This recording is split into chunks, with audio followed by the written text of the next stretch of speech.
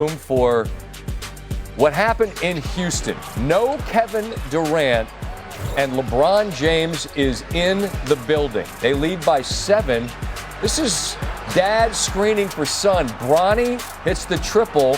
Lakers up 10. Again, no Durant, had an ankle issue. It's dad to son again. They're up a dozen.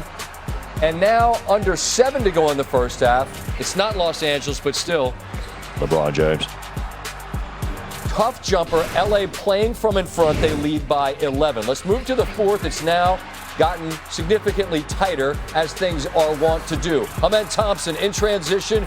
Bucket good, tied at 87. Rockets down 2. Reed Shepherd. Wide open 3. And the shooter gives the Rockets the lead, 92-91. Now down 2. LeBron. What are we doing? He's walking it up the floor, and at some point, Alperen Şengün takes off, and James just gets caught flat-footed watching Houston push the lead to 4 under a minute to go.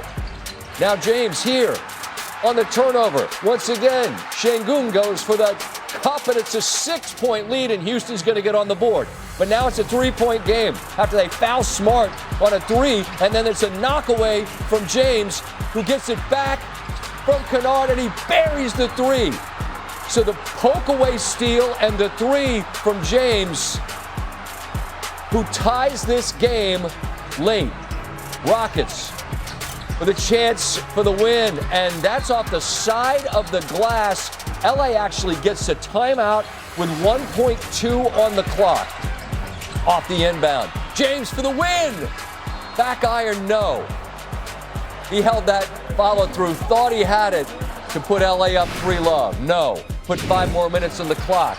LA is now up 2. James, the look away. Rui Hachimura fakes from 3, puts it on the deck, and it's a 4-point game.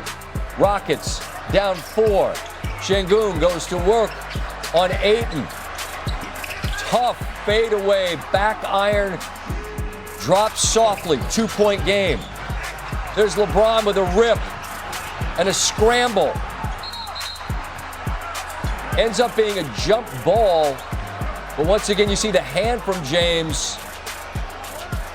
The Lakers would end up winning the jump ball, and they end up winning the game. 29-13, 3 steals for James on his effort down the stretch as they go up 3-love. Just trying to seize the opportunity and the position that we're in. My guys trust me to try to make plays, and I'm blessed to be able to do it.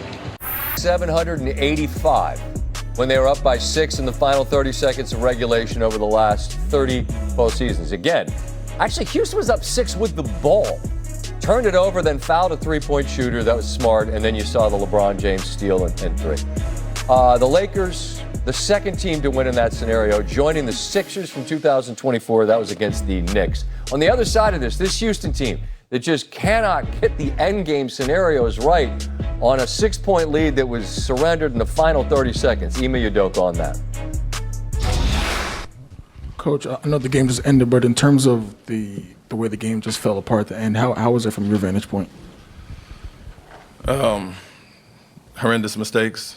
I don't know if you want to say youth or, scared of the moment or whatever the case, but yeah, you have a 6-point lead with 20 or 30 seconds to go, get a rebound, and just have to hold the ball and get fouled, or, it's basically a 1-on-4 and we throw it away. To combat it, make it worse, a terrible foul on Marcus Smart to give him 3 free throws. Next play, backcourt, you got it.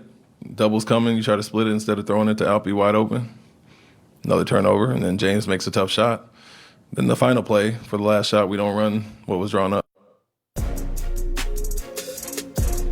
Even though Houston opens as a Game 4 favorite, and Durant's ankle is a question mark, Los Angeles is minus 1,200 to win this series. Teams who are up 3-0 in a best of 7 are 159-0 all time, and they completed the sweep in 61% of those scenarios. Feels like there's competing storylines here that are happening simultaneously. The Houston endgame scenarios are just catastrophic, and I don't get it. Obviously, you don't have Durant in this one, but up 6 with the ball, that's a game you have to win, and they don't. That's that.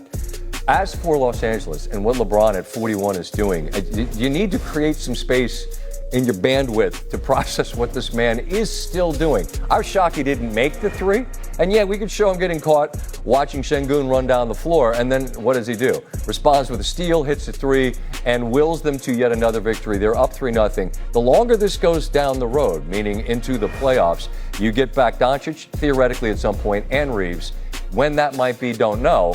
But they might have the luxury of a closeout and then some rest to get these guys back and then make a push to challenge the powers that be in the West. It's an astounding run, and again, it's just yet another page in the book that LeBron James has that's thicker at this point than really anyone that's ever played. Big time plays. And before the game, at halftime, we've talked for the last 10 plus days just about elevating everything, and there's a first road playoff game, and you have to elevate your poise, you have to elevate your composure. Recognizing that there's going to be moments where the crowd's going crazy or you get down, they make a run, whatever it may be. We weathered a lot tonight. We weathered a lot of turnovers. I thought our defense was fantastic. And then in that moment, just to have the poise to just keep playing. And Smart made a huge play to get us into a one-possession game. And then coming out of that timeout, for them, we wanted to get a trap, and Rui and Bron did a good job of just putting pressure on Shepherd, and obviously we make the steal, and Bron hits a big-time shot. And what was it like, just the swings, the emotional swings? What was kind of your focus on the sideline? And what Next play. I mean, look, there's a lot of things that happened tonight